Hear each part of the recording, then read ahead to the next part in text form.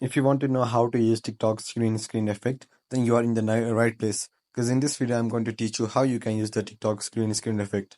So first, to use that effect, what you have to do is open your TikTok app and then click on the plus icon that is used to upload videos. After clicking on it, scroll down with the effects and then click on view all effects. Click on search after clicking on the view all effects, and in the search icon, search for green screen. After that, you will see an interface like this. You can select any of the effect, but here I'm going to select the most popular one. After clicking on the first one, you will see the background. Click on the background and select one of the photos that you would like to upload. So here it is, my green screen is ready to use. So it is that simple to use the green screen effect on TikTok.